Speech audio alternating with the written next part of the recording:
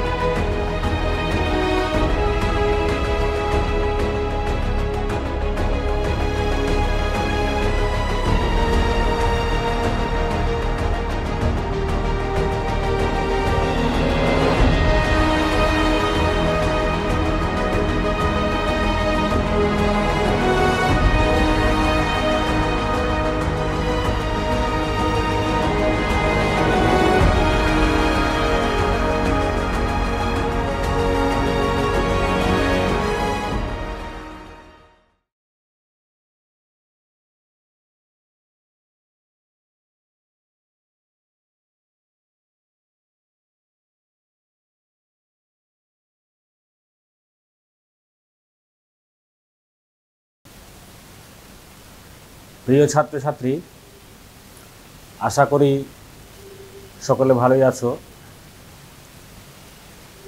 করোনার পরিস্থিতির এই সংকটকালে মালদা জেলা প্রশাসন এবং মালদা শিক্ষা দপ্তর অনলাইন ক্লাসের ব্যবস্থা করেছে। গত বছর অনলাইন ক্লাস হয়েছে, এবছরও হচ্ছে। এটা খুব সাধু উদ্যোগ। আমি সকলকে, এর সাথে জড়িত সংশ্লিষ্ট সকলকে ধন্যবাদ জানাই। আমি মালদা রেলওয়ে হাই স্কুলের পদার্থবিদ্যার শিক্ষক জাকির হোসেন। আমি আজকে অ্যাটমিক ফিজিক্স অর্থাৎ পারমাণবিক পদার্থবিদ্যা সম্বন্ধে আলোচনা করব। তোমরা সকলেই জানো যে কোনো মৌল বা পদার্থ অসংখ্য পরমাণু দিয়ে তৈরি। আগে মনে করা হতো পরমাণুকে ভাঙা যায় না, পরে পরমাণুকে ভেঙে মূল তিনটি প্রাথমিক কণিকা আবিষ্কৃত হয়েছিল 19বিংশ শতাব্দীর শেষ দিকে। এগুলো হচ্ছে ইলেকট্রন, প্রোটন আর নিউট্রন। এগুলো সম্বন্ধে তোমরা জানো, আমি বিস্তারিত বলছি না। তার মধ্যে নিউট্রন নিস্তড়িত কণা, আর ইলেকট্রন ঋণাত্মক, আর প্রোটন ধনাত্মক তড়িৎগ্রস্ত কণা। তো বিজ্ঞানীরা জানার চেষ্টা করেছিল যে ইলেকট্রন, প্রোটন, নিউট্রন এগুলো পরমাণুর মধ্যে কিভাবে থাকে এবং পরমাণুর গঠনটা কিভাবে। এভাবে বিভিন্ন মতবাদ আছে। তো এই মতবাদগুলিকে পরমাণুর মডেল বলা হয়। তো বিভিন্ন পরমাণুর মডেল ছিল, সেগুলো বাদ চলে গেছে। তরমুজের মতো ছিল, অর্থাৎ তরমুজের মধ্যে বিচিগুলো যেমন আছে তেমনি হয়তো ইলেকট্রন, প্রোটন, নিউট্রনগুলো ছিল, এগুলো বাদ চলে গেছে। সর্বাধুনিক যেটা গ্রহণযোগ্য হয়েছিল সেটা হচ্ছে রাদারফোর্ডের পরমাণু মডেল। রাদারফোর্ড পরমাণু মডেল সম্বন্ধে একটা সুস্পষ্ট ধারণা দিয়েছিলেন। তিনি আলফা কণা বিচ্ছুরণ সংক্রান্ত যে পরীক্ষা করেছিলেন, সেই পরীক্ষা থেকে জানা গিয়েছিল যে পরমাণুর ভেতরে অর্থাৎ মধ্যিখানে নিউক্লিয়াস থাকে, আর এই নিউক্লিয়াস হচ্ছে প্রোটন আর নিউট্রন দিয়ে তৈরি। এই প্রোটন নিউট্রনগুলো খুব ঠাঁসাঠাঁসি করে আছে। তাহলে নিউক্লিয়াসটা শুধু নিউট্রন যদি নিস্তড়িত কণা হয়, তাহলে নিউক্লিয়াস যদি প্রোটন আর নিউট্রন এগুলোকে নিউক্লিয়ন বলা হয়।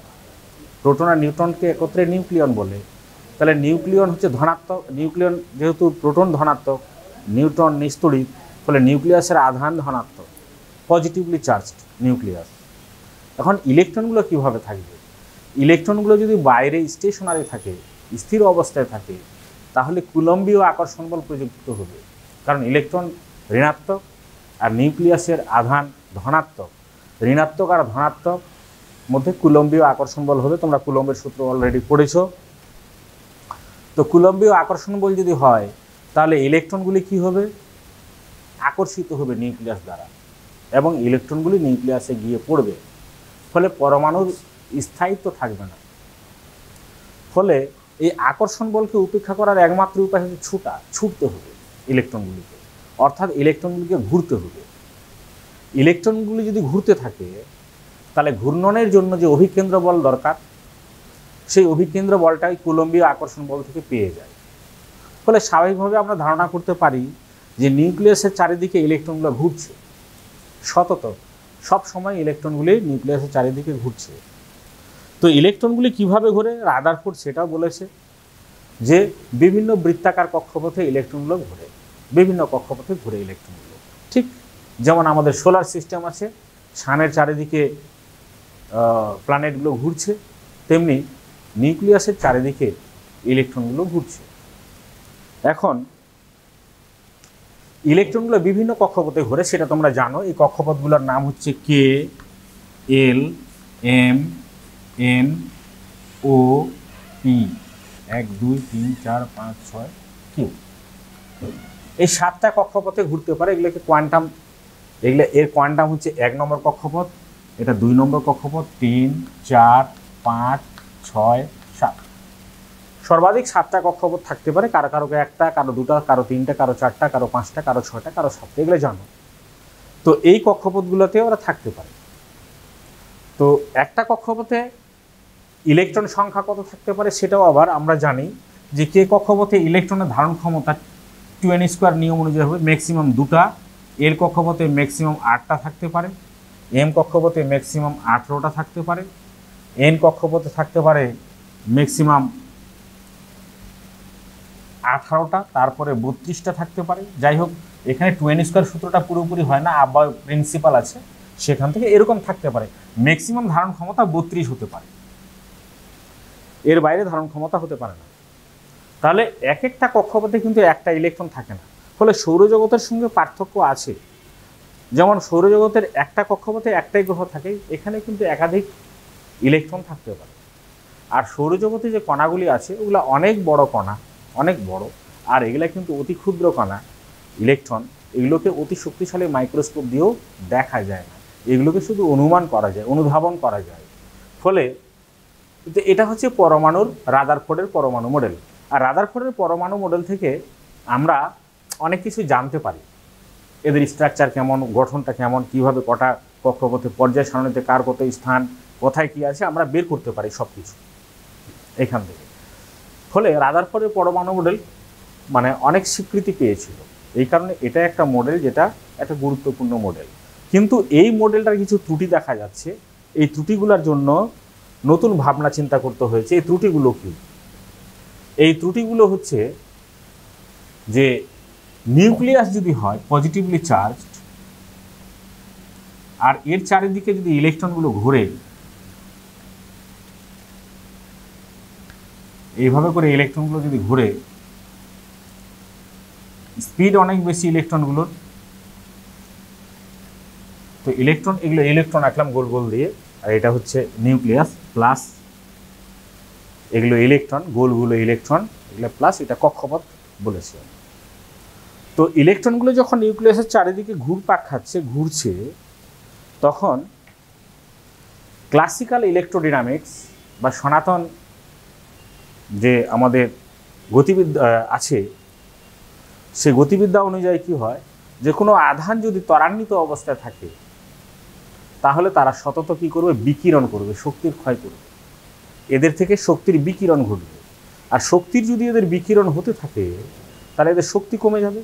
আর শক্তি কমে গেলে কি হবে, কক্ষপথগুলোর ব্যাসার্ধ অনেকটা কমে যাবে, কমতে কমতে আরও শক্তি কমবে, আরও শক্তি কমবে, কমতে কমতে এক সময় এরা নিউক্লিয়াসে উপনীত হবে। এখন নিউক্লিয়াসে যদি ইলেকট্রনগুলো সরাসরি চলে আসে তাহলে পরমাণুর স্থায়িত্ব ব্যাখ্যা করা যায় না, অর্থাৎ পরমাণু স্থায়িত্ব থাকবে না। ফলে আমরা তো এটা বলতে পারি না যে ইলেকট্রনগুলো ঘুরছে অথচ শক্তি বিকিরণ করে না, এটা তো তিনি বলেননি রাদারফোর্ড। ফলে কি হচ্ছে, যে এরা শক্তি বিকিরণ করবে, আর শক্তি যদি বিকিরণ করে তাহলে এদের স্থায়িত্ব থাকবে না, কারণ এই কক্ষপথের ব্যাসার্ধটা কমে যাবে। কারণ ইলেকট্রনের শক্তি কক্ষপথের ব্যাসার্ধের উপর নির্ভর করে, এই শক্তি যত কমবে তত ব্যাসার্ধ কমবে, কমতে কমতে নিউক্লিয়াসে এসে পড়বে, ফলে এর স্থায়িত্ব থাকবে। ফলে রাদারফোর্ডের পরমাণু মডেল দিয়ে পরমাণুর স্থায়িত্ব ব্যাখ্যা করা যায়। আর একটা কথা হচ্ছে রাদারফোর্ডের পরমাণু মডেলে যদি শক্তি ক্রমশ বিকিরণ করতে থাকে, তাহলে হাইড্রোজেনের যে বর্ণালী আমরা পাচ্ছি, হাইড্রোজেনের যে বর্ণালীগুলো কিন্তু নিরবচ্ছিন্ন বর্ণালী নয়, কন্টিনিউয়াস স্পেকট্রাম নয়, এগুলো বিচ্ছিন্ন বর্ণালী, রেখা বর্ণালী আমরা পাই হাইড্রোজেনের, বা কোনো পরমাণুর আমরা রেখা বর্ণালী পাই, নিরবিচ্ছিন্ন বর্ণালী পাই না। এই কারণে কিন্তু রাদারফোর্ডের পরমাণু মডেল দিয়ে পরমাণু যে বর্ণালী এটা ব্যাখ্যা করা যায় না। ফলে রাদারফোর্ডের পরমাণু মডেলের এই দুটো বড় ত্রুটি আছে। এখন রাদারফোর্ডের পরমাণু মডেলের এই ত্রুটি দেখতে পাওয়ার সঙ্গে সঙ্গে অনেক বিজ্ঞানী তখনকার দিনে আবার নতুন করে ধারণা করতে লাগলেন, তাহলে পরমাণুর সঠিক স্ট্রাকচারটা কী হবে, তার মডেলটা কী হবে। এই বিষয়ে সর্বপ্রথম যিনি এগিয়েছিলেন তার নাম হচ্ছে নিলস বোর। নিলস বোর তিনি পরমাণুর মডেল দিলেন। তিনিও বললেন যে ইলেকট্রনগুলো ঘোরে, কার চারিদিকে ঘোরে, নিউক্লিয়াসের চারিদিকে ঘোরে। কিন্তু তিনি কতগুলো নতুন তথ্য দিলেন। তিনি যে স্বীকার করেছিলেন, তিনি যে ধরে নিয়েছিলেন যেগুলো, ওগুলোকে অ্যাজাম্পশন বলা হয় বা পোস্টুলেট। তো বোরের স্বীকার্যগুলি আমরা তাহলে বলবো। বোর কী কী বলেছিলেন পরমাণু মডেল সংক্রান্ত? তাহলে বোরের স্বীকার্য হচ্ছে, বোরের স্বীকার্য মানে জানো হয়তো যে যেগুলো আমরা ধরে নিই, এজিউম করি, যেগুলো অ্যাজাম্পশন বা পোস্টুলেট, ওগুলো ধরে নিতে হয়। কারণ ইলেকট্রন, প্রোটন, নিউট্রনকে আমরা চোখে দেখতে পাই না, কোনো যন্ত্রের সাহায্যে দেখা যায় না। ফলে এরা কেমন আছে চাক্ষুষকেও দেখতে পায় না, কিন্তু আমাদের ভাবনা চিন্তার মধ্যে সেগুলোকে রাখতে হয়। যদি বাস্তব পরীক্ষার সাথে সেগুলো মিলে যায়, বাস্তবিক ঘটনার সাথে মিলে যায়, তাহলে সেই মডেলটা অবশ্যই ঠিক থাকে। তাহলে বোরের স্বীকার্য কি? প্রথম স্বীকার্যে প্রথমে তিনি বললেন যে নিউক্লিয়াসগুলো ঘোরে, নিউক্লিয়াসের চারিদিকে ইলেকট্রনগুলো ঘোরে ঠিকই, কিন্তু কতগুলো নির্দিষ্ট কক্ষপথে ঘোরে। ওই নির্দিষ্ট কক্ষপথে ঘোরার সময় তারা কোনো শক্তির বিকিরণ ঘটায় না, অর্থাৎ তারা কোনো শক্তির বিকিরণ করে না। দেখো এখানে কেন করে না কিন্তু বলা যাবে না, কিন্তু স্বীকার করেছেন যে কক্ষপথে ঘোরে, যে নির্দিষ্ট কক্ষপথগুলো ঘোরে, কতগুলো এরকম নির্দিষ্ট কক্ষপথ থাকে, এগুলোকে গ্রান্টেড অরবিট বলা হয়। গ্রান্টেড অরবিট বা মঞ্জুরিকৃত কক্ষপথ। এই কক্ষপথে ঘোরার সময় ইলেকট্রনগুলোর কোনো শক্তির বিকিরণ ঘটে না। তাহলে ওই যদি শক্তির বিকিরণ না করে, তাহলে ওই কক্ষপথে ঘোরার সময় ইলেকট্রনের শক্তি একই থাকে, ইলেকট্রনের শক্তি কমেও না বাড়েও না। ফলে ওই অরবিটগুলোকে বলা হয় স্টেশনারি অরবিট বা স্থিরকৃত অরবিট, যাই হোক বাংলা করলে ওরকমও বলা হয়, বা স্থির কক্ষপথ বলা হয়, স্থিত কক্ষপথ বলা যেতে পারে, স্টেশনারি অরবিট। যেমন মনে করো হাইড্রোজেনের যদি আমি বলি, হাইড্রোজেনের একটা আছে, একটা ++1, এটা নিউক্লিয়াস যদি হয়, এটা নিউক্লিয়াস, আর এর চারিদিকে একটা ইলেকট্রন ঘুরছে। তাহলে এই কক্ষপথে যদি ঘোরার সময় হাইড্রোজেনের কোনো শক্তির বিকিরণ না ঘটে এই ইলেকট্রনের, তাহলে এই কক্ষপথটাই হচ্ছে বোরের কক্ষপথ, অথবা স্টেশনারি অরবিট, অথবা গ্রান্টেড অরবিট বা মঞ্জুরিকৃত কক্ষপথ। অর্থাৎ এই কক্ষপথে ঘোরার সময় ইলেকট্রনের কোনো শক্তির বিকিরণ ঘটে না। তাহলে রাদারফোর্ডের পরমাণু মডেল থেকে পার্থক্য হচ্ছে কি না, এর জন্য কতগুলো সুনির্দিষ্ট কক্ষপথ আছে, যে কোনো কক্ষপথে তারা ঘুরতে পারে না, কতগুলো সুনির্দিষ্ট কক্ষপথেই ঘুরবে। আর সুনির্দিষ্ট কক্ষপথে ঘোরার সময় এরা কোনো শক্তির বিকিরণ ঘটায় না। রাদারফোর্ডও বলেছিল ঘুরবে, কিন্তু তিনি বলেননি যে শক্তির বিকিরণ ঘটায় না, ইনি বললেন শক্তির বিকিরণ ঘটাবে না ওই কক্ষপথে ঘোরার সময়। 2 নম্বর স্বীকার্য হচ্ছে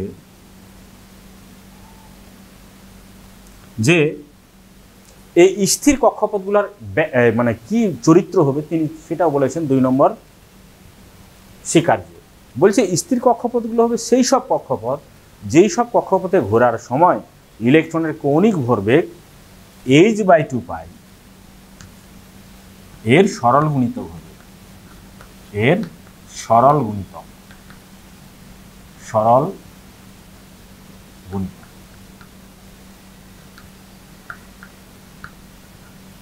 সিম্পল মাল্টিপল অফ h/2π কি হবে, কৌণিক ভরবেগ। ফলে সব কক্ষপথ থাকবে না, যে কোনো কক্ষপথ হবে না, কক্ষপথটার ব্যাসার্ধ এমন হতে হবে যাতে ঘোরার সময় তার কৌণিক ভরবেগ, অ্যাঙ্গুলার মোমেন্টাম h/2π এর সরল গুণিতক হবে। তাহলে NH/2 পাই হবে। তাহলে NH/2 পাই, এই এনটা হচ্ছে কি পূর্ণ সংখ্যা। যদি সরল গুণিতক বলেছে তাহলে পূর্ণ সংখ্যা হবে, ভগ্নাংশ হবে না। সরল গুণিতক কথাটার মানে হচ্ছে পূর্ণ সংখ্যার গুণিতক হবে, অর্থাৎ এন এর মান 1 2 3 4 5 6 7 হবে। এনটাকে আমরা কক্ষপথ বা কোয়ান্টাম নাম্বার বলতে পারি। এই NH/2 পাই এর সমান হবে। তাহলে কৌণিক ভরবেগকে যদি আমরা ইংরেজিতে এল লিখি, তাহলে এল সমান হচ্ছে NH/2 পাই, বা এল সমান হবে mv/r/n ইকুয়াল টু NH/2 পাই। যদি ইলেকট্রনটা এনতম কক্ষপথে ঘুরে, অর্থাৎ 2 নম্বর কক্ষপথে ঘুরলে এন এর মান 2 হয়ে যাবে। আর RN কথাটার মানে হচ্ছে এনতম কক্ষপথের ব্যাসার্ধ RN, তাহলে R2 হবে। আর ভি হচ্ছে ওই কক্ষপথে ঘোরার সময় তার বেগ।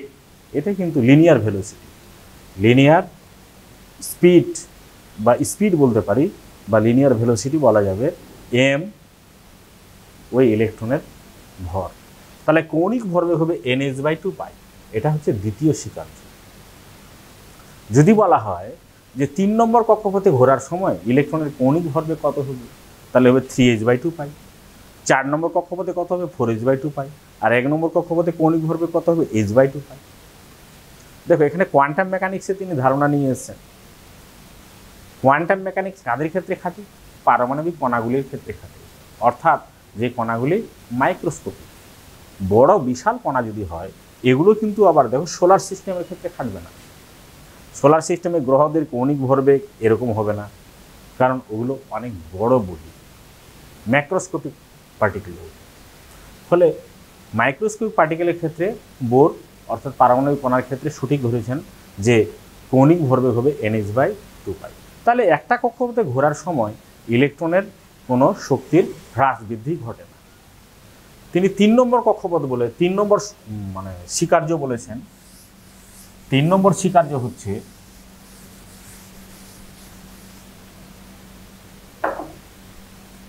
যে এরা যখন ইলেকট্রনগুলো বিভিন্ন কক্ষপথে থাকতে পারে, কিন্তু যে কোনো একটা কক্ষপথ থেকে আরেকটা কক্ষপথে যদি ইলেকট্রনগুলোর ট্রানজিশন হয়, অর্থাৎ সংক্রমিত হয়, তারা এক কক্ষপথ থেকে আরেক কক্ষে উন্নীত হতে পারে, বা এক কক্ষপথ থেকে আরেক কক্ষপথে নেমে আসতে পারে, উন্নীত হতে পারে অথবা নেমে আসতে পারে। অর্থাৎ ট্রানজিশন যদি হয়, যদি সংক্রমণ হয়, তাহলে কত হবে? তারা শক্তির বিকিরণ করবে অথবা শক্তি শোষণ করবে। যদি শক্তি শোষণ করে তাহলে পরমাণুটা নিম্ন শক্তি স্তর থেকে উচ্চ শক্তি স্তরে উন্নীত হবে। আর যদি বিকিরণ করে তাহলে উচ্চ শক্তি স্তর থেকে নিম্ন শক্তি স্তরে নেমে আসবে। আমি একটু হাইড্রোজেন পরমাণুর ক্ষেত্রে বুঝিয়ে দিচ্ছি। যে কোনো একটা পরমাণুর ক্ষেত্রে, হাইড্রোজেনের ক্ষেত্রে বললেই ভালো হয়। তো মনে করো এটা প্রথম কক্ষপথ, এখানে ইলেকট্রনটা আছে, এ যদি শক্তি নেয়, শক্তি নিয়ে নিল, এ শক্তি নিল, শক্তি নিলে কি হবে? ইলেকট্রনটা এই কক্ষপথে আর থাকবে না। ও একটা ওই শক্তি অনুযায়ী কতটা শক্তি গ্রহণ করবে, যে কোনো মানের শক্তি গ্রহণ করতে পারে না, একটা নির্দিষ্ট মানের শক্তি গ্রহণ করবে, নিয়ে ও একটা কক্ষপথে উন্নীত হয়ে যাবে। তখন এই ইলেকট্রনটা ট্রানজিশন হয়ে যাবে, এটা এখানে চলে যাবে। কিন্তু এটা যদি আবার শক্তি বিকিরণ করে দেয়, তাহলে এটা আবার এখানে চলে আসবে। যদি বিকিরণ করে তাহলে এটা হচ্ছে উচ্চ শক্তি স্তর। নিউক্লিয়াসের কাছে যত থাকবে তার শক্তি কম হবে, নিউক্লিয়াস থেকে যত দূরে থাকবে সেই ইলেকট্রনের শক্তি তত বেশি হবে। ফলে এই শক্তি গ্রহণ করলে এখান থেকে উপরে চলে যাবে, আর এই শক্তি ছেড়ে দিলে নিচে নেমে যাবে। অর্থাৎ শক্তির শোষণ বা বর্জন দুটোই সম্ভব। আর ইলেকট্রন এক কক্ষপথ থেকে অন্য কক্ষপথে স্থানান্তরকে আমরা পরিভাষায় ট্রানজিশন বলি, এবং এটাকে সংক্রমণও বাংলায় বলতে পারি। সংক্রমণ যদিও রোগের ক্ষেত্রে আলাদা জিনিস, কিন্তু এক্ষেত্রে সংক্রমিত হওয়া মানে এক কক্ষপথ থেকে আরেক কক্ষপথে চলে যাওয়া, বাংলাতে বললে বুঝাবে। তাহলে তিনি বলছেন যদি এই কক্ষপথটা N1 হয় আর এই কক্ষপথটা যদি N2 হয়, তাহলে কি হবে, ও যে বিকিরণ করছে তার শক্তি কত হবে, না তার শক্তি হবে এইচ নিউ যদি হয়, এইচ নিউ শক্তি যদি বিকিরণ ঘটায়, এইচ নিউ বা এইচ নিউ পরিমাণ শক্তি যদি গ্রহণ করে, তো এই দুটো হবে এই দুটো শক্তি স্তরের অন্তরফল, এই দুটো শক্তি স্তরের অন্তরফল হবে। অর্থাৎ ই n12 মাইনাস ই n1 এটা হবে। অর্থাৎ যে কোনো মানের শক্তি তারা বিকিরণ করবে না, একটা নির্দিষ্ট মানের শক্তি বিকিরণ করবে, সেটা হচ্ছে এইচ নিউ। তাহলে এই অন্তরফল যত বড় হবে, এইচ তো প্ল্যাঙ্কস কনস্ট্যান্ট, ফলে এই দুটোর অন্তর যত বেশি হবে কম্পাঙ্ক তার তত বেশি হবে, আর অন্তর যত কম হবে কম্পাঙ্ক তত কম হবে। অর্থাৎ বিভিন্ন কম্পাঙ্কের শক্তি নির্গত হতে পারে। তো 3 নম্বরটাকে আমরা কি বলতে পারি, ওর স্বীকার্য। 3 নম্বর স্বীকার্যকে বলতে পারি কম্পাঙ্কের শর্ত, এটা হচ্ছে বোরের কম্পাঙ্কের শর্ত। আর 2 নম্বরে আমরা পেলাম যে M V N R N equal to NH/2 pi, এই এনটাকে বলা হচ্ছে কোয়ান্টাম নাম্বার, ফলে এটা হচ্ছে তার কোয়ান্টাম শর্ত। তো 2 নম্বর স্বীকার্যটাকে বোরের কোয়ান্টাম শর্ত বলা হয়, আর 3 নম্বর স্বীকার্যকে বলা হয় বোরের কম্পাঙ্কের শর্ত। অর্থাৎ যে কোনো কম্পাঙ্কের শক্তি তারা বিকিরণ করবে না, অথবা যে কোনো কম্পাঙ্কের শক্তি তারা গ্রহণ করবে না। এটা হচ্ছে বোরের তত্ত্বের মূল বিষয়। বোর আরও বলেছে যে 4 নম্বর বোর এটাও বলেছে যে এদের যে গতিবিধি, অর্থাৎ এদের মোশন, এনার্জি ইত্যাদি ইত্যাদি, এগুলো কিন্তু সনাতন বলবিদ্যা বা ক্লাসিক্যাল মেকানিক্সের সূত্র অনুযায়ী হবে। কিন্তু শক্তির বিকিরণ এই ইত্যাদির ক্ষেত্রে সেটা এই ক্লাসিক্যাল মেকানিক্স আর খাটবে না, তখন কোয়ান্টাম মেকানিক্স খাটাতে হবে, সাধারণ বলবিদ্যার দ্বারা তখন সেটা হবে না। অর্থাৎ এদের কণা ধর্ম যে আছে, আবার এদের সেটা ওয়েভ ধর্ম থাকতে পারে, এরকম একটা ব্যাপার আছে। যাই হোক, তো এটা ক্লাসিক্যাল মেকানিক্সের নিয়ম অনুযায়ী এদের যে গতিবিধি সেটা মেনে চলবে, কিন্তু শক্তির ক্ষেত্রে সেটা আর এই কোয়ান্টাম অনুযায়ী মানে পরিগণিত করতে হবে। এটা 4 নম্বর স্বীকার্য। তো এই হচ্ছে বোরের স্বীকার্য, আমরা বুঝতে পারলাম।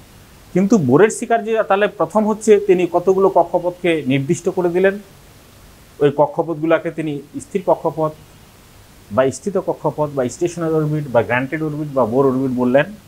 দ্বিতীয়ত বলল বোর অরবিটগুলো সেই অরবিট হবে যে অরবিটে ঘূর্ণনকালে কৌণিক ভরবেগ h/2 পায়ের সরল গুণিতক হবে। 3 নম্বর স্বীকার্য তিনি বললেন যে দুটি শক্তি স্তরের পার্থক্য সমানেই তারা শক্তি বিকিরণ বা শক্তি শোষণ করবে, এটা কোয়ান্টাম শর্ত।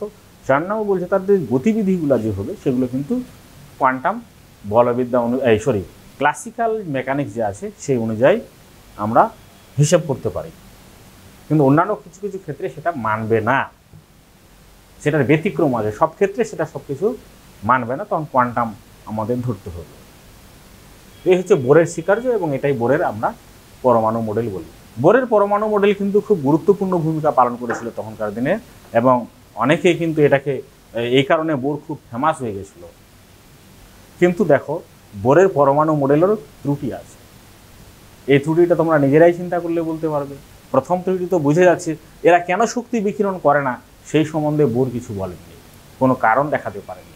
আমরা বলছি এই কক্ষপথে ঘোরার সময় ইলেকট্রনটা কোনো শক্তি বিকিরণ করে না, হঠাৎ বিকিরণটা তিনি বন্ধ করে দিলেন, কিন্তু ক্লাসিক্যাল ইলেকট্রোডাইনামিক অনুযায়ী সেই শক্তির বিকিরণ হতেই থাকবে, কিন্তু কেন হয় না তিনি সেটা বলতে পারেননি, কেউ জানেন এটা কেন হয় না। কিন্তু বিকিরণ হলে তো এটার স্থায়িত্ব থাকবে না, নিশ্চয়ই তো বিকিরণ হয় না, কিন্তু কেন বিকিরণ হয় না সেই কারণটা কেউ বলতে পারছে না। এক, দ্বিতীয়ত হচ্ছে এর যে মডেলটা, একটি ইলেকট্রন বিশিষ্ট পরমাণুর ক্ষেত্রেই সঠিকভাবে প্রয়োগ করা যায়, যেমন হাইড্রোজেন, আর অন্য পরমাণুর ক্ষেত্রে এটা প্রয়োগ করা যায় না। লিথিয়ামের ক্ষেত্রে এটা প্রয়োগ করা যাবে যদি লিথিয়াম আয়নিত অবস্থা থাকে। তো এরকম ফলে সমস্ত পরমাণুর ক্ষেত্রে বোরের তত্ত্ব প্রযোজ্য নয়। এটা মানে একটা স্পেশাল কেস, সমস্ত পরমাণুর ক্ষেত্রে একটা স্পেশাল কেসে খাটে। তৃতীয়ত, যে এই বোরের মডেল প্রয়োগ করে আমরা হাইড্রোজেন বর্ণালীর বিভিন্ন বর্ণালী, যে ব্র্যাকেট, পাসেন্ট, লাইম্যান, এগুলো যে আমরা সিরিজগুলো পাই, এর ব্যাখ্যা করতে পারি।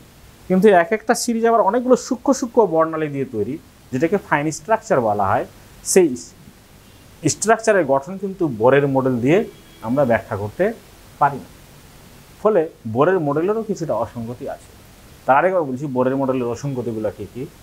বোরের মডেলের অসঙ্গতি হচ্ছে যে তিনি ইলেকট্রন ঘূর্ণনত থাকা সত্ত্বেও, ঘূর্ণনত অবস্থায় থাকা সত্ত্বেও কেন শক্তির বিকিরণ করবে না সেই সম্বন্ধে নীরব আছেন, কিছু বলেননি। দ্বিতীয়ত হচ্ছে যে এটা শুধু হাইড্রোজেন সদৃশ, হাইড্রোজেন লাইক অ্যাটমের ক্ষেত্রে এটা অ্যাপ্লিকেবল, অন্য অ্যাটমের ক্ষেত্রে এগুলা কিন্তু অ্যাপ্লিকেবল নয়। তৃতীয়ত, এর সাহায্যে হাইড্রোজেনের যে বর্ণালীর ব্যাখ্যা করা গেছে, যে হাইড্রোজেনের আরও সূক্ষ্ম বর্ণালী যেগুলো ব্যাখ্যা করা সম্ভব নয় এর সাহায্যে, ফাইন স্ট্রাকচার যেটা। ফলে বোরের পরমাণু মডেলেরও অসঙ্গতি আছে। রাদারফোর্ডেরও আছে, তো ছিলই। রাদারফোর্ডের পরে বোর, নিলস বোর, এর মডেলটা অনেক ভালো, কিন্তু তবু এর অসঙ্গতি আছে। তাহলে আরও মডেল দরকার আছে, যেটা সমারফিল্ড দিয়েছে, পরে তোমরা জানবা। তো এখন আমরা পড়বো যে বোরের যে শিকার্য, যাকে নিয়ে যার জন্য ফেমাস হয়েছিলেন, কেন ফেমাস হয়েছিলেন, কারণ তার কিছু অ্যাপ্লিকেশন আছে। এই অ্যাপ্লিকেশনগুলো আমরা জানবো, যে বোরের মডেলের অ্যাপ্লিকেশন কী। দেখো, বোরের মডেলের সাহায্যে আমরা এর পরমাণুর ব্যাসার্ধ জানতে পারি, বা হাইড্রোজেন পরমাণুর ব্যাসার্ধ ভালোভাবে জানা যায়, সঠিকভাবে জানা যায় হাইড্রোজেন পরমাণুর ব্যাসার্ধ কত।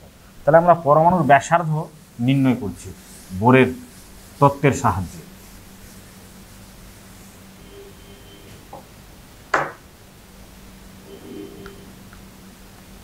পরমাণুর ব্যাসার্ধ নির্ণয়।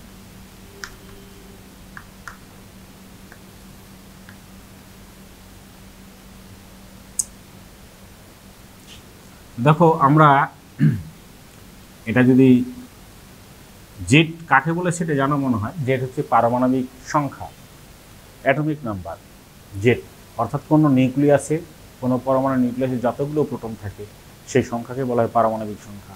যেমন সোডিয়ামের পারমাণবিক সংখ্যা 11, তার মানে সোডিয়ামের নিউক্লিয়াসে, পরমাণু নিউক্লিয়াসে 11টা প্রোটন আছে। অর্থাৎ যতটা প্রোটন থাকবে সেটা হচ্ছে তার পারমাণবিক সংখ্যা, জেড। তাহলে একটা প্রোটনের আধান হচ্ছে ইলেকট্রনের আধানের সমান কিন্তু ধনাত্মক।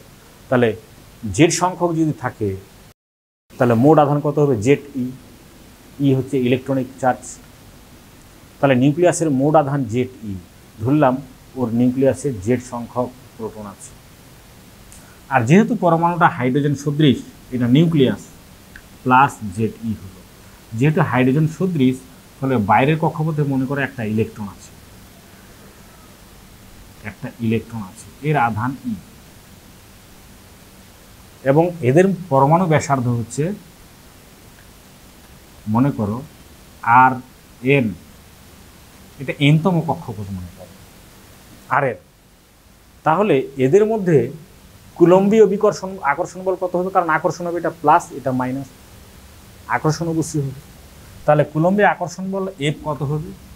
এফ সমান হবে 1/4πε0 Q1 Q2 তাহলে জেড ই স্কোয়ার বাই আর, দূরত্বের বর্গের ব্যস্তানুপাতিক, তাহলে আর এন স্কোয়ার। এটা হচ্ছে কুলম্বীয় আকর্ষণ বল। আমি আগেই বলেছি ইলেকট্রন যদি ঘোরে তাহলে অভিকেন্দ্র বলের দরকার হয়, সেন্ট্রিপিটাল ফোর্স। এই সেন্ট্রিপিটাল ফোর্সটা আসবে কোথা থেকে? এই বলটাই ওকে সরবরাহ করে। কুলম্বীয় আকর্ষণ বল ওকে সেন্ট্রিপিটাল ফোর্স সরবরাহ করে। ফলে সেন্ট্রিপিটাল ফোর্স কত হবে? ইলেকট্রনের ভর যদি এম হয়, আর ওই এর কক্ষপথে ঘোরার সময় যদি এর বেগ ভি হয়, তাহলে হবে M V N square by R N. Equal to হবে এটা, কারণ এটা কুলম্বীয় আকর্ষণ বল। 1/4 pi epsilon naught Z E square by R N.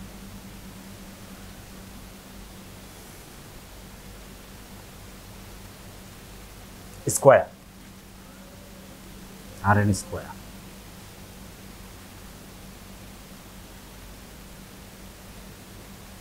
বা আমরা যদি এখান থেকে আর এন বের করতে চাচ্ছি,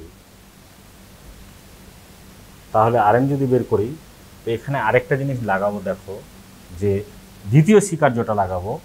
দ্বিতীয় স্বীকার্য হচ্ছে কি, এটা 1 নম্বর সমীকরণ যদি আমরা ধরে নিই, আর দ্বিতীয় সমীকরণ হচ্ছে যে আমরা জানি M V N R N equal to হচ্ছে NH বাই 2 পাই, কৌণিক ভরবেগ এটা হতে হবে। এবার এই দুটো থেকে আমরা কি করতে পারি, আর এন এর মানটা বের করতে পারি এলিমিনেট করে। এটা 2 নম্বর। দেখো এগুলা থেকে কি করে বের করব, এখানে যেহেতু ভি স্কোয়ার আসে, ফলে এটাকে আমরা স্কোয়ার করে দিই। তাহলে এটাকে স্কোয়ার করলে কত হচ্ছে, m square v n square R N square equal to হচ্ছে N square H square by 4 pi square. এটা হচ্ছে। এবার আর এখানে কি হচ্ছে, এখান থেকে হচ্ছে M V N square equal to হচ্ছে 1/4 pi epsilon naught Z E square by R N square. এই দুটোকে যদি আমরা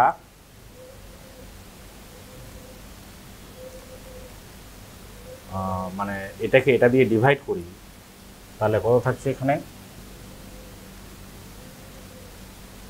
এটা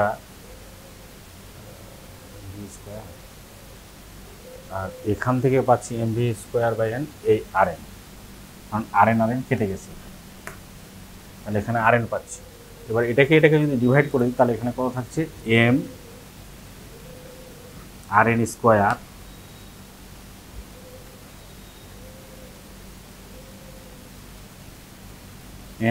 স্কোয়ার ইকুয়াল টু হচ্ছে 1/4 পাই এপসিলন নট, এটাকে এটা দিয়ে ডিভাইড করেছি, sorry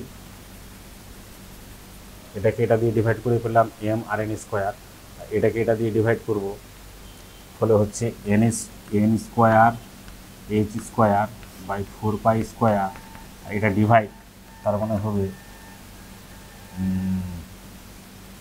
4 pi epsilon naught R N by Z E square. এটা পাচ্ছি আমরা, ফলে এমটা চলে আসবে। তাহলে আর এন ইকুয়াল টু কত হচ্ছে,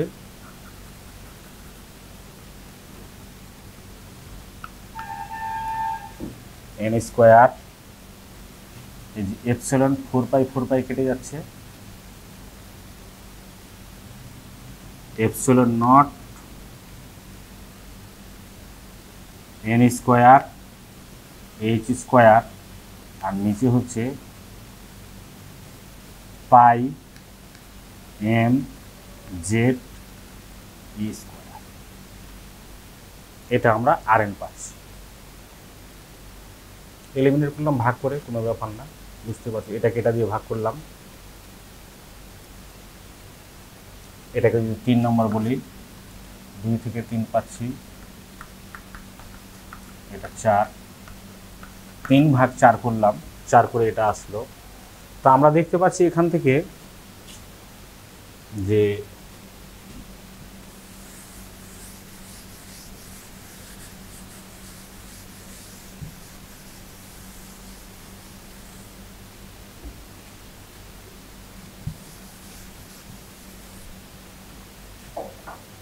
আর এন ইকুয়াল টু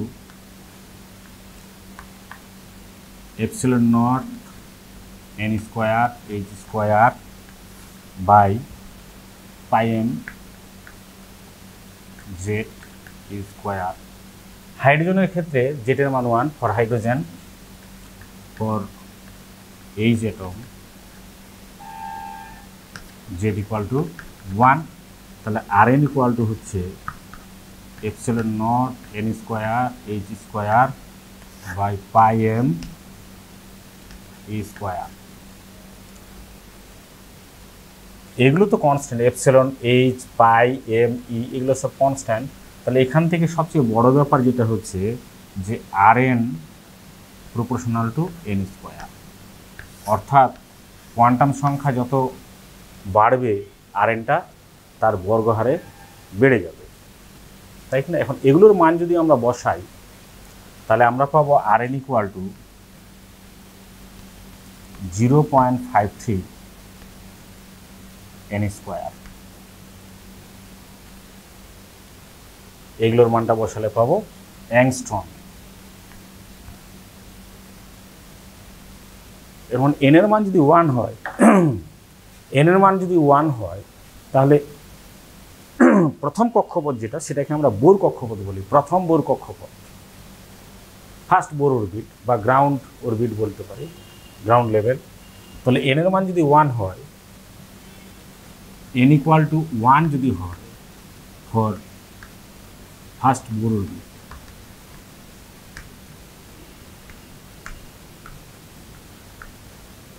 অরবিট, তাহলে কত হচ্ছে এটা? আর 0 তখন বলবে এটা, কেন 0 লেভেল বলতে পারি এটাকে। তাহলে আর এন আর 0 সমান হবে 0.53 অ্যাংস্ট্রম। দেখো এটা আমরা পেয়েছি, এগুলোর মানগুলো বসে এপসিলন নটের মান আছে আমার জানা আছে, এইচ এর মান তো জানা আছে 6.6 × 10⁻34 জুল পার সেকেন্ড, পাই এর মান জানা আছে, এম এর মান জানা আছে, ই এর মান জানা আছে। এগুলো মান বসালে এগুলো আসবে অ্যাংস্ট্রম, ক্যালকুলেশন করবে। তাহলে আর 0 সমান আছে 0.53 অ্যাংস্ট্রম। তাহলে হাইড্রোজেনের সাইজ কত হবে? হাইড্রোজেনের আনুমানিক ব্যাস কত হবে? ওই ব্যাসটাই হচ্ছে তার আকার। তাহলে হাইড্রোজেনের আকার কত হবে? হাইড্রোজেনের ব্যাস হবে, হাইড্রোজেনের সাইজ মানে ব্যাসটাকে সাইজ বলতে পারি, সাইজ অফ এইচ অ্যাটম হবে কত? ব্যাসার্ধ ব্যাস হবে। তাহলে ব্যাস কত হবে? 1.06 অ্যাংস্ট্রম। যদি উত্তেজিত অবস্থায় না থাকে, প্রথম স্টেটে যখন থাকবে, প্রথম কক্ষপথে যখন থাকে, তাহলে ওটা উত্তেজিত অবস্থায় নেই, সেই হাইড্রোজেনটা তার শক্তি সবথেকে কম, তখন ওই অবস্থায় তার হাইড্রোজেনের ব্যাস হবে এত 1.06 অ্যাংস্ট্রম। কিন্তু যদি বলে এন ইকুয়াল টু কত হবে, তাহলে এন এর মান 2 বসালে এখানে কত হবে? 2 ইন্টু এটা, 2 দুগুণে 4, এটা হবে ওর ব্যাসার্ধ। তাহলে এখান থেকে আমরা পরমাণুর ব্যাসার্ধ বা হাইড্রোজেনের ব্যাসার্ধ বা হাইড্রোজেন সদৃশ পরমাণুর ব্যাসার্ধ আমরা নির্ণয় করতে পারছি। দেখো এখানে একটা কথা মনে রাখতে হবে যে r n proportional to n square, এটা অনেক সময় আসে, বিভিন্ন এমসিকিউতে আসে, বিভিন্ন পরীক্ষায়, জয়েন্ট পরীক্ষায়, এন্ট্রান্স বা নিট পরীক্ষায় আসতে পারে এখান থেকে কিছু। তাহলে এখান থেকে আমরা বলতে পারি এটা। এবার দেখো তাহলে এর ব্যাসার্ধ আমরা নির্ণয় করতে পারলাম। আমরা এর সাহায্যে এখন আমরা একটা কক্ষপথে থাকাকালীন মোট শক্তি কত হবে সেটা নির্ণয় করতে পারবো।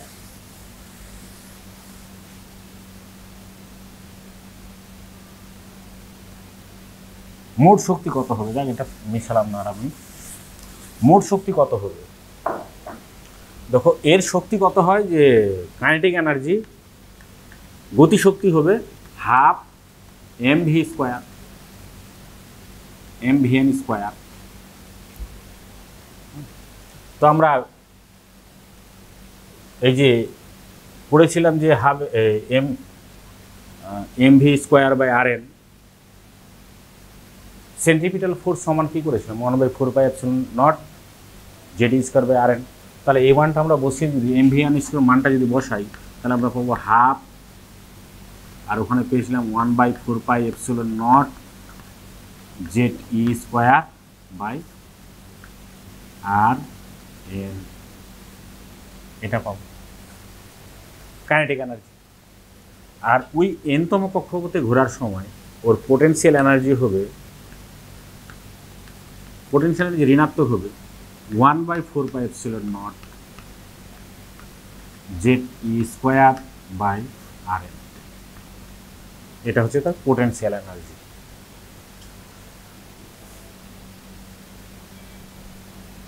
এটা Rn সমান এটা ওর পোটেনশিয়াল এনার্জি। এটা টোটাল কাইনেটিক এনার্জি কত হচ্ছে, তাহলে এনার্জি ওর হচ্ছে En সমান হচ্ছে kinetic energy plus potential energy. এখানে লক্ষ্য করো কাইনেটিক এনার্জি আর পোটেনশিয়াল এনার্জি কোনটা বড়, এটা না এটা? নিশ্চয়ই এটা বড়, কারণ এখানে 1/4πε0 ZE² হাফ আছে, মানে এর এটা অর্ধেক, অর্থাৎ কাইনেটিক এনার্জি দ্বিগুণ হচ্ছে পোটেনশিয়াল এনার্জি। কোনো কক্ষপথে ঘোরার সময় কাইনেটিক এনার্জি যদি ই হয় তাহলে পোটেনশিয়াল এনার্জি হবে 2E টাইমস, ডাবল হবে। ঋণাত্মক এটা বটে, কিন্তু এটা হচ্ছে এর ডাব্লিউ। কাইনেটিক এনার্জি ডাবল হবে পোটেনশিয়াল এনার্জি। এটা মুখস্থ রাখতে হবে, কারণ এটা আমাদের এমসিকিউ বা বিভিন্ন মানে এলিজিবিলিটি টেস্টে আসতে পারে। তাহলে কাইনেটিক এনার্জি ডাবল হচ্ছে পোটেনশিয়াল এনার্জি। আর এই পোটেনশিয়াল এনার্জি কী করে আসলো সেটা তোমরা বের করেছো ইলেকট্রোস্ট্যাটিক্সে, ফলে আমি আর ওটাতে গেলাম না। তাহলে টোটাল কাইনেটিক এনার্জি আর total energy kinetic energy plus potential energy, এটা যদি আমরা হিসাব করি তাহলে টোটাল এনার্জি কত পাবো এটা মাইনাস এটা আর এটা যোগ করলে এটাই আসবে 1/8 মাইনাস 1/8πε0 ZE²/R। এটা আছে total energy with minus sine. এখন তোমরা বলতে পারো যে ইলেকট্রনের টোটাল এনার্জি মাইনাস, এই কথাটার অর্থ কি?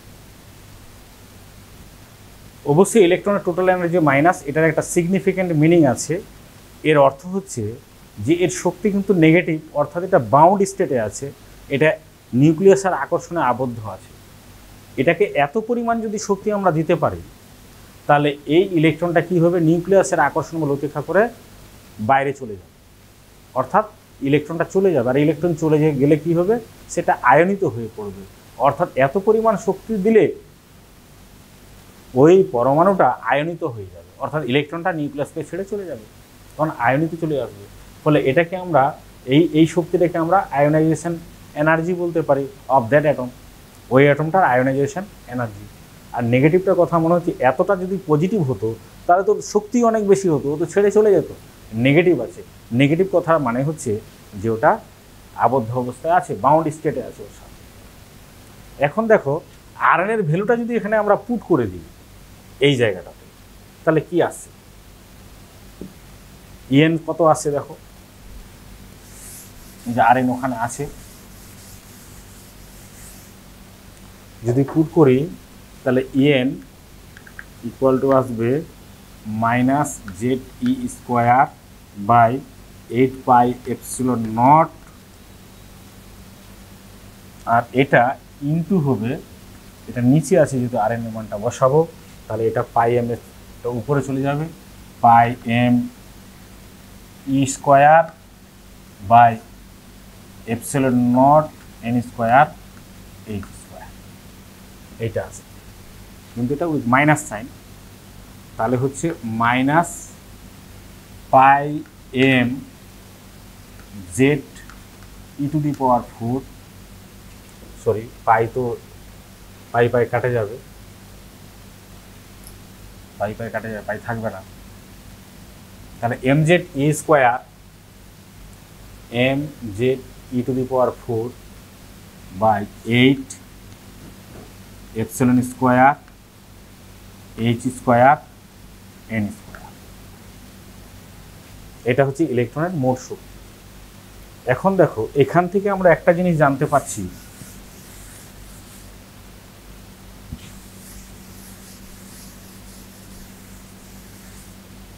যে mZe⁴h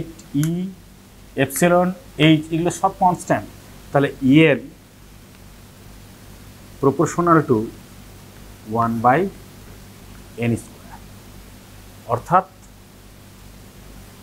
এন স্কোয়ারের ব্যস্ত বর্গের সমানুপাতিক, এন এর ব্যস্ত বর্গের সমানুপাতিক হচ্ছে এনার্জি। তাহলে তোমাদের ধারণা হতে পারে এন এর মান বেড়ে গেলে ই কমে যাবে। এই ধারণাটা অনেকের ভুল ধারণা আছে যে এন এর মান বেড়ে গেলে, তাই তো বলছি এখানে এন এর মান বেড়ে গেলে ই কমে যাবে, কিন্তু তা কিন্তু নয়, কারণ মাইনাস সাইন আছে আবার। এই যদি মাইনাসটা না থাকতো তাহলে আমরা এরকম লিখতে পারতাম। ফলে এটা যদি আমরা বেটার এভাবে লিখি তাহলে বেশি ভালো হতো। যেহেতু মাইনাস আছে, মাইনাস সাইনটা যদি ধরে লিখি তাহলে আমাদের ভুলটা চলে যাবে। এন -1/n², এরকম যদি লিখি তাহলে কি হবে, এন এর মান যদি বাড়ে তাহলে ই এর মানও বাড়বে, কারণ নেগেটিভ আছে। এন এর মান বাড়লে ই এর মানও বাড়বে। ফলে এন যত হায়ার হবে ই তত হয়। More higher the n, more energy will be the electron. ইলেকট্রনের এনার্জিটা তত বেশি হবে এন যত বাড়বে। এখন দেখো এই MZE4 এগুলোকে যদি আমরা মানে মান বসিয়ে দিই তাহলে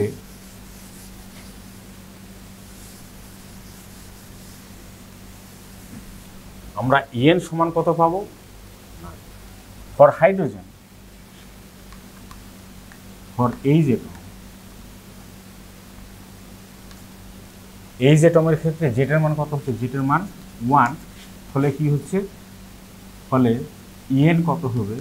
ইএন হবে -m(8)(h²n²) এটা হচ্ছে ইএন। এখন এম এর মান আমরা জানা আছে 9.1 × 10⁻31 কেজি। ই এর মান জানা আছে 1.6 × 10⁻9 কুলম্ব -19 কুলম্ব। এপসিলনের মান আছে 8.854 × 10⁻12। এইচ এর মান জানা আছে 6.6 × 10⁻34। এগুলো যদি বসাই তাহলে ইএন এর মানটা আসবে -13.6 n² ইভি। এই এনার্জিটা কিন্তু ইভি এককে প্রকাশ করে এটা আসছে এখান থেকে। সবগুলোর মানটা বসিয়ে যদি সেটাকে ইভিতে এক্সপ্রেস করি তাহলে এনার্জি হবে হাইড্রোজেনের।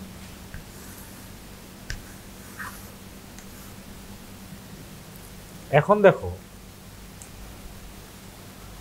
ইএন সমান আমরা এটা পেলাম, ফলে কি হচ্ছে, বোরের তৃতীয় সি কার্যটা যদি আমরা ভাবি যে এক শক্তি স্তর থেকে যদি আরেকটা শক্তি স্তরে ট্রান্সফার হয় তাহলে এনার্জি লেভেলটা কত হবে? এইচ নিউ আমি বলেছিলাম সমান হচ্ছে EN2 - EN1। ভালো করে দেখো, তৃতীয় সি কার্য এটা বলেছি আমি। তাহলে এই মানগুলো যদি এখানে বসাই তাহলে হবে mz, হাইড্রোজেনের ক্ষেত্রে ধরছি না আমি, যে কোনো পরমাণুর ক্ষেত্রে ধরছি, mz⁴/8ε² আর এখানে আসবে 1/n1² - 1/n2²। এটা আছে।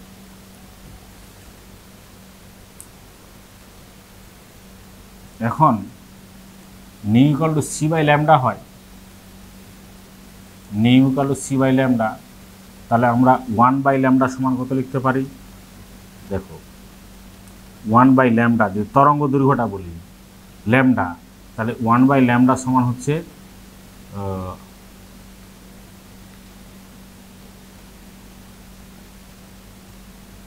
নিউ/সি, নিউ/সি। ঠিক আছে তো, 1/λ সমান নিউ/সি, কারণ C equal to nu lambda, এটা আমরা জানি। তাহলে 1/λ সমান হবে নিউ/সি, তাহলে এইচ নিউ/এইচ। হ্যাঁ, তাহলে 1/λ এখন কত নিউ/সি হয়, তাহলে এইচ দিয়ে উপর নিচ মাল্টিপ্লিকেশন করে দিলাম, তাহলে এইচ নিউ/এসসি। তাহলে এইচ নিউ মানে তো হচ্ছে এটা, তাহলে জাস্ট এটাকে এসসি দিয়ে ভাগ করে এটা আমরা পেয়ে গেলাম। তাহলে 1/λ সমান হচ্ছে mz e⁴/8ε0 square H cube C 1/n1 square minus 1/n, just এটাকে এসি দিয়ে ভাগ করলেই আমরা 1/λ পেলাম। এটা কি 1/λটা কেন করলাম? এটা তরঙ্গ সংখ্যা বলা হয়, আর ল্যামডা হচ্ছে তরঙ্গ দৈর্ঘ্য। তাহলে 1/λ সমান এটা আমাদের আসলো। এখন দেখো আমরা m constant, e constant, epsilon constant, h constant, c constant, এগুলো সবগুলোর যদি মান আমরা বসাই তাহলে এটা সিম্পলিফাইড ফর্মে এটা আসবে 1/λ ইকুয়াল টু আর এখানে স্কোয়ারটা আসতো, স্কোয়ারটা কোনো একটা জায়গায় ভুল হয়ে গেছে মনে হয়, তাহলে এটা হবে R z square 1/n1 square minus 1/n2 square. এই আরটাকে বলা হয় রিড বার কনস্ট্যান্ট। আর সমান হচ্ছে রিড বার কনস্ট্যান্ট, রিড বার ধ্রুব, এর মান হচ্ছে 1.09 ইন্টু 10⁻⁷ মিটার, রিড বার কনস্ট্যান্ট। এইটাই হচ্ছে আউটকাম আমরা পাচ্ছি। এই যে তরঙ্গ দৈর্ঘ্যগুলো যে বিকিরণ করবে তার সাথে এই রিলেশন, এটা হচ্ছে কোয়ান্টাম নাম্বারের রিলেশনটা এটা। তাহলে আমরা এখান থেকে দুটো জিনিস জানলাম, যে এনার্জি এটা আর এর তরঙ্গ দৈর্ঘ্য যে বিকিরণ করবে যে তরঙ্গ দৈর্ঘ্য তার সাথে কোয়ান্টাম সংখ্যার এটা আছে। এখন দেখো এগুলো থেকে আমরা আরো অনেক কিছু জানতে পারি।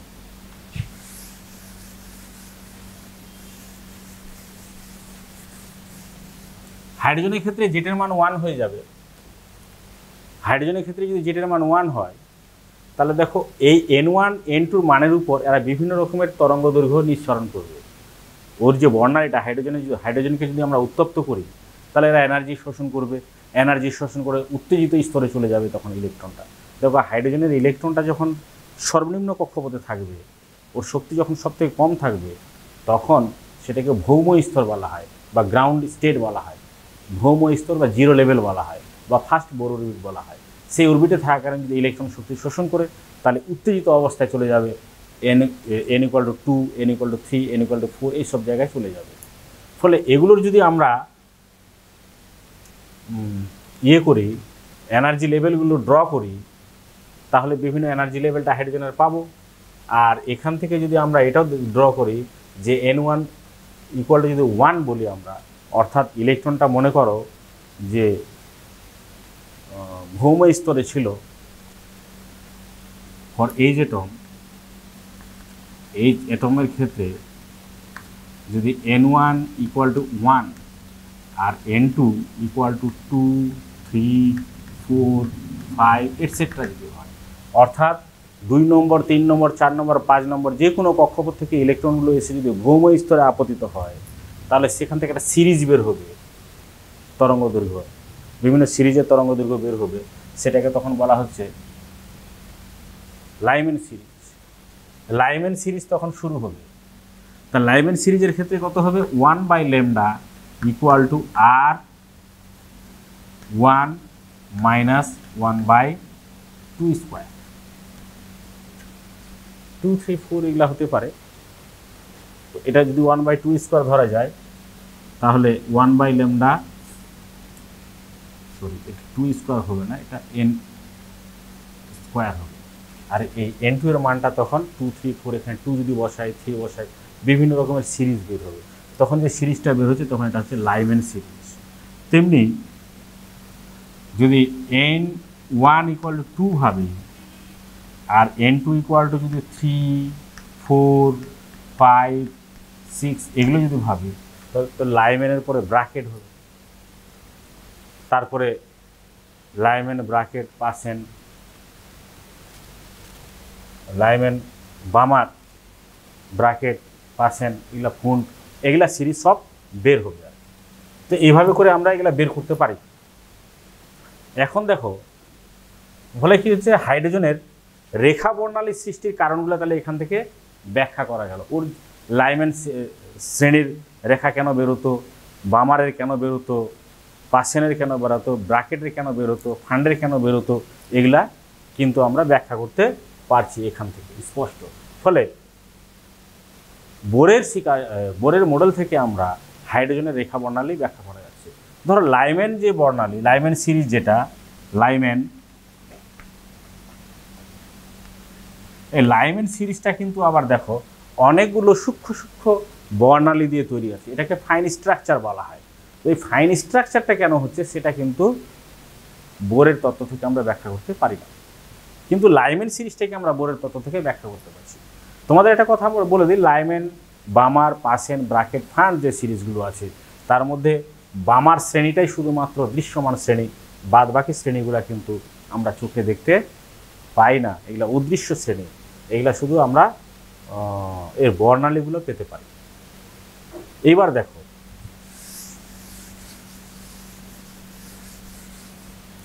এটার ক্ষেত্রে এনার্জি হচ্ছে -13.6 বা n স্কোয়ার। এখন n এর মান যদি 1 হয় তার মানে কি হচ্ছে, ভৌম স্তর হচ্ছে। n এর মান যদি 1 হয় তাহলে En কত হচ্ছে, ভৌম স্তরের শক্তি E0 সমান হচ্ছে -13.6 eV। অর্থাৎ ইলেকট্রনটা যদি ভৌম স্তরে থাকে তাহলে হাইড্রোজেনের শক্তি হচ্ছে -13.6 eV। অর্থাৎ -13.6 eV শক্তি দিলে হাইড্রোজেনের অ্যাটমটা থেকে ইলেকট্রনটা নিষ্ক্রান্ত হয়ে যাবে, অর্থাৎ নিউক্লিয়াসের আকর্ষণ বল উপেক্ষা করে ও বাইরে চলে যাবে। তখন কি হবে, অ্যাটমটা আয়নিত অবস্থায় থাকবে। এই কারণে ওর আয়োনাইজেশন শক্তি বলতে 13.6 eV বলে, অর্থাৎ হাইড্রোজেনের আয়োনাইজেশন শক্তি 13.6 eV। হাইড্রোজেনের বা কারো আয়োনাইজেশন শক্তি বলতে কি বুঝি, ionisation energy.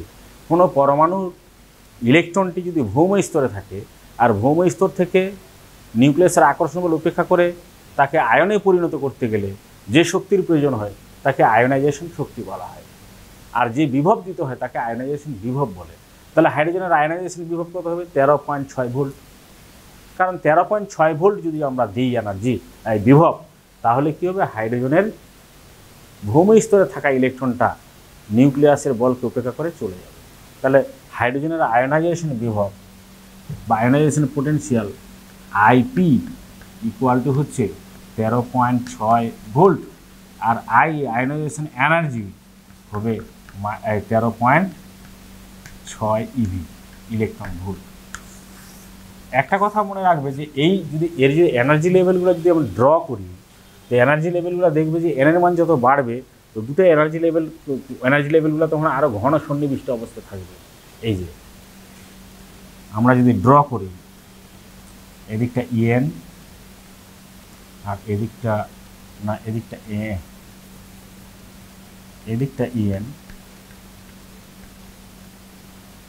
n equal to যদি এটাকে 1 বলি তাহলে এটা হচ্ছে n ইকুয়াল টু 2, তারপরে n ইকুয়াল টু 3।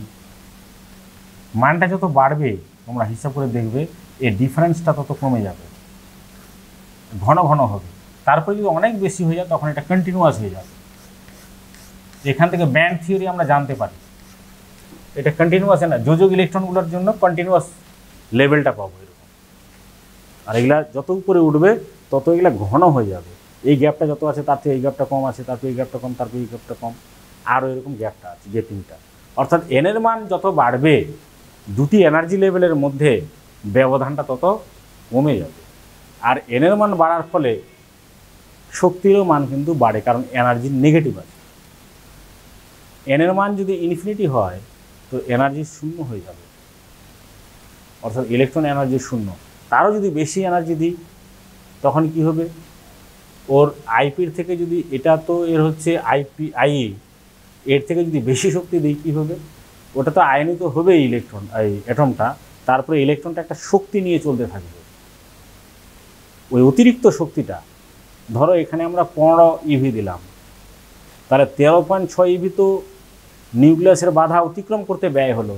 বাকি যে শক্তিটা, বাকি শক্তি হচ্ছে 1.4, এই 1.4 ইভি শক্তি নিয়ে ও ছুটতে লাগবে, অর্থাৎ তার গতিশক্তিতে ওটা চলে যাবে।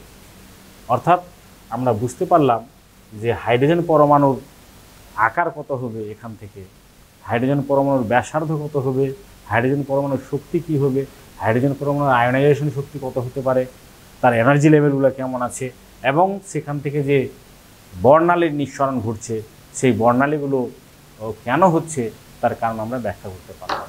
তাহলে আমাদের একটু বাকি থাকলো এক্স রে, এর পরের দিন এক্স রে আর নিউক্লিয়াস সম্বন্ধে